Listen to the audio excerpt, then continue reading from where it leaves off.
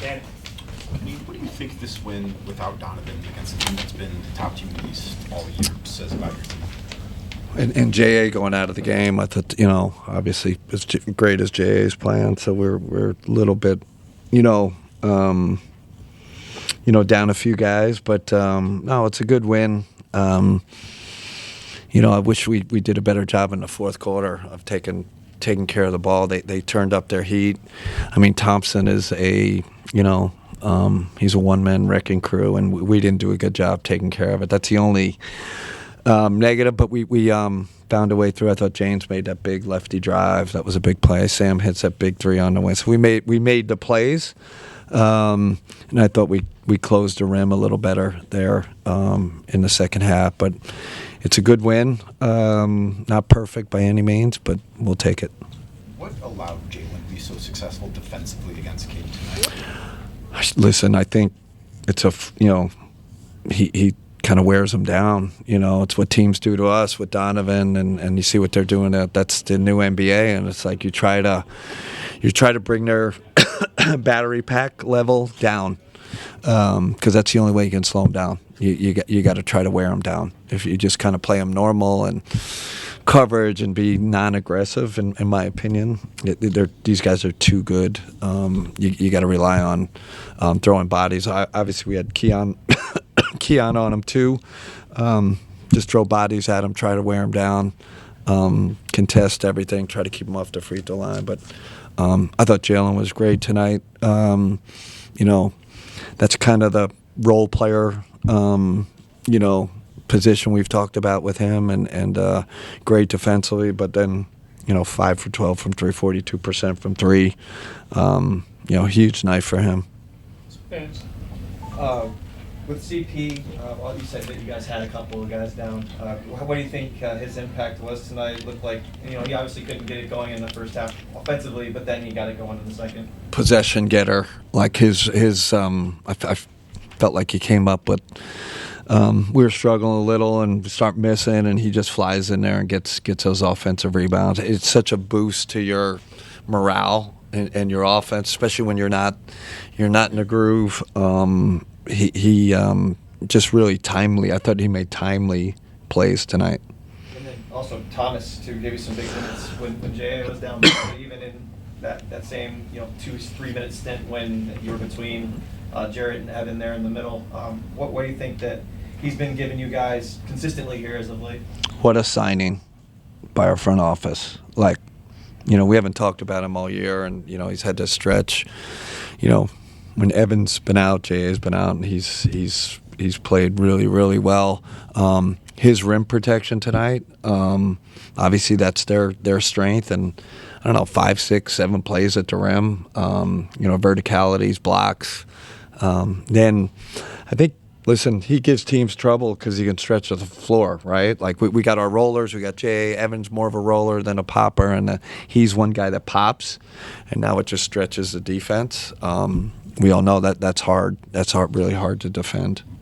Nate, Kenny mentioned Jared going out. Do you have any update? Just he got a knee to knee, so that's that's the only update I got. It's so yeah, just a knee to knee. We'll see, tomorrow.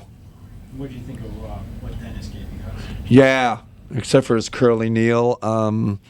Little thing at the end, which I don't know what the heck he was doing, and besides that, I thought he made big buck. When he gets to his right hand, it's tough. He gets downhill and he's got the right hand finish, but he had some really timely buckets, and then he's a good. He's got the European drive kicks. He catches it, he swings the ball, knows how to play.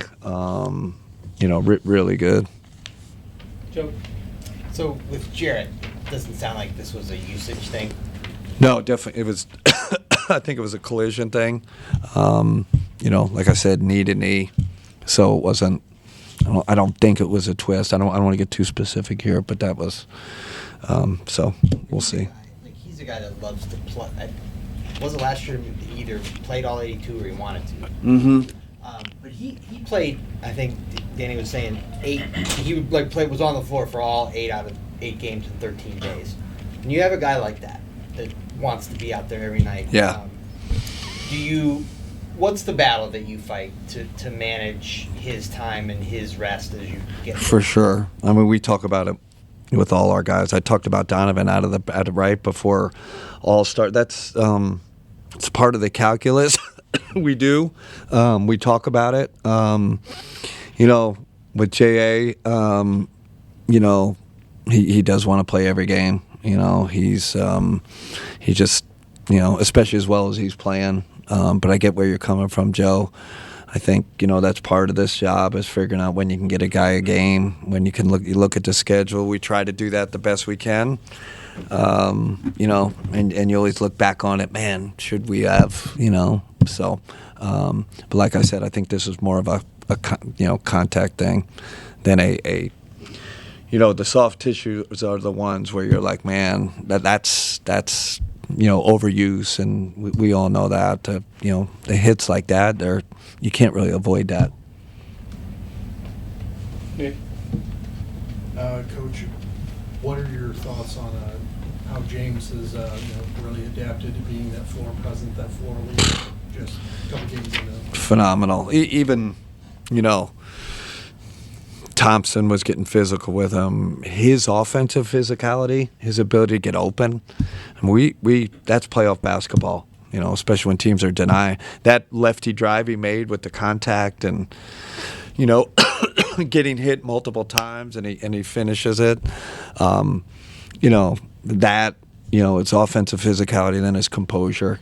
We got into a little action that we liked. He got into the action, not us.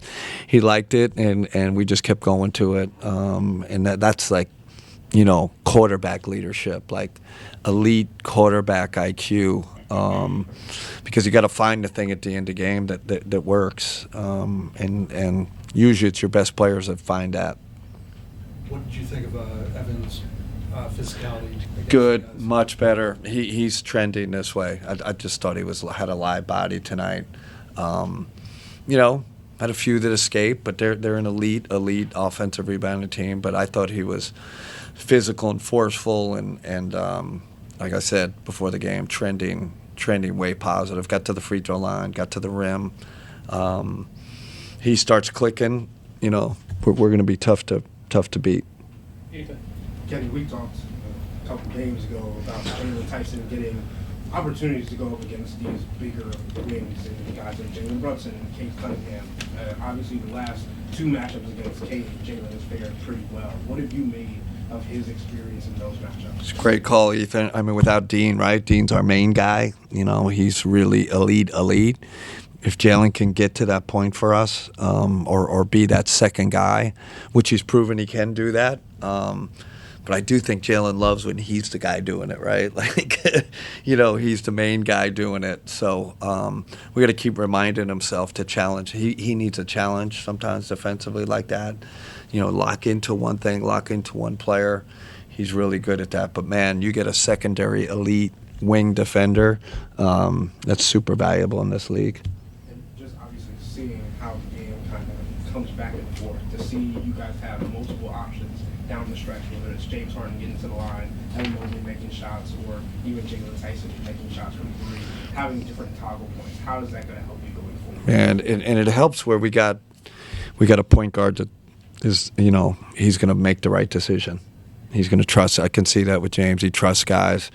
Threw it to Evan on that pop. He trusts Jalen. Doesn't try to do it all himself. That's when you get in trouble. When you try to do it.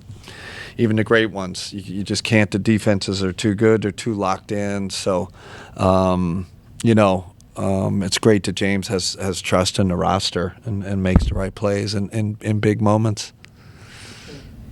Kenny, you guys always say that it's never one guy when you're trying to defend a guy like Cade. How well do you guys think you did, making him see multiple bodies? Yeah, I think that maybe the key to the game. I always look at the fourth quarter shooting, right? He Cade struggled a little bit in the fourth quarter. I thought, that's the fatigue. That's where you throw multiple bodies. That's where you're picking up full court. Tire the legs out. Try to pick on them on offense when you can. Definitely part of the strategy. But it's nice and we got Keon too, right? Keon's a different type of defender than Jalen. Jalen's probably more body to body, and Keon's got the hands and the swipes and all that. So, I said it before the game, having Keon into this mix, I felt like we're missing another wing defender, and man, we can slot him in. Now you got Jalen, you got Dean, you got him. That bodes well for us and for the playoffs. What about behind those guys? I mean, like Evan, you could see when you put him on Asar tonight, he was active, always making sure people knew that he was in pain. Yeah. Having him and J.A. back there. Yeah, Evan's just becoming a better quarterback. It's nice when we can put him on a guy, that, like you said before the game, that's not a perimeter threat. He can kind of roam the paint and quarterback from there. Evan's great defensive players. Our defensive, like you said, defensive quarterback. Okay, it's gonna wrap up. All right, thanks so much. Gonna bring Jalen and Dennis to the podium.